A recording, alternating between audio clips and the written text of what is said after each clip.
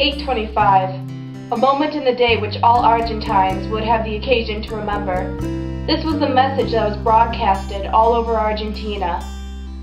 It was the day when Argentina would mourn the great loss of their great leader and First Lady, Eva Perón. Her story was a tale of rags to riches, and so it was turned into a biography called Evita by Nicholas Fraser and Marissa Navarro.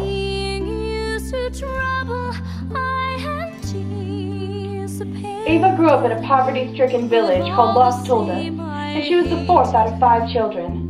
Her father had left her when she was just a little child for another family, and therefore her family's reputation was less than admirable.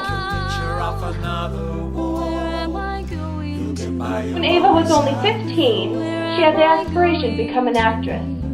So she hitchhiked with secret boyfriend and tango singer Agustin Magaldi to Buenos Aires, the nation's capital. She left her lower-class life to become Eva Duarte, actress and radio performer. It was a slow climb to success for her. She lived her life quite scandalously, but eventually she made it to the top. She dyed her hair blonde, appeared in several movies, and eventually owned her own radio company. Then, on January 22nd, 1944, she met Colonel Juan Perón.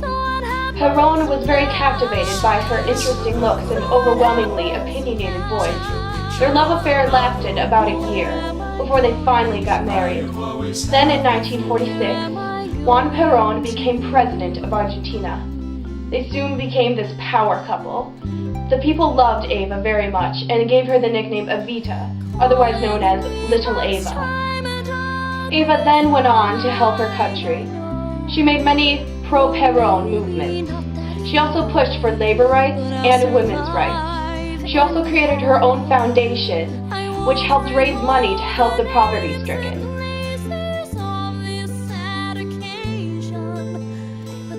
Eva was often referred to as the Rainbow of Argentina. So she went on to Europe.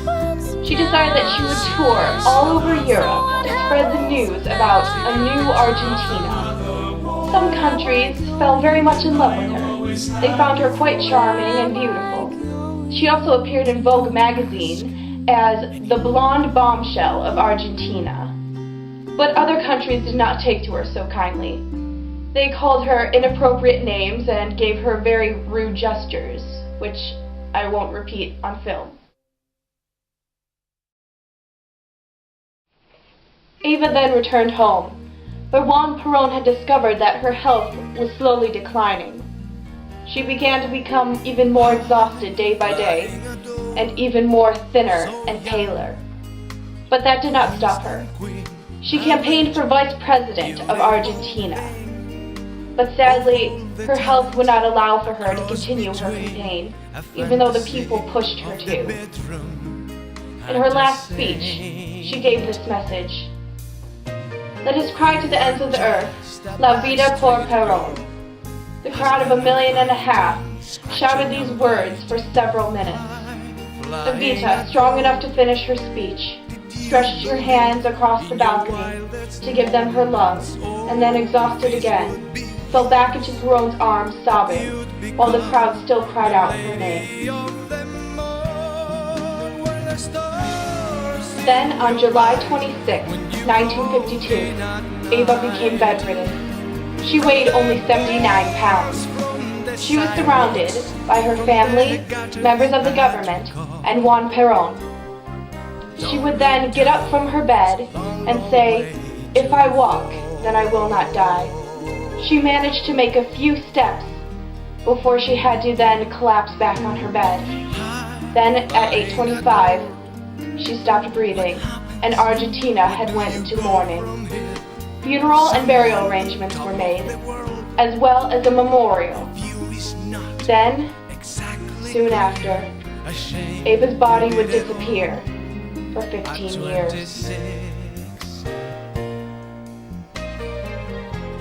There are no mysteries now. Nothing can thrill you. No one fulfill you. I'm flying adored.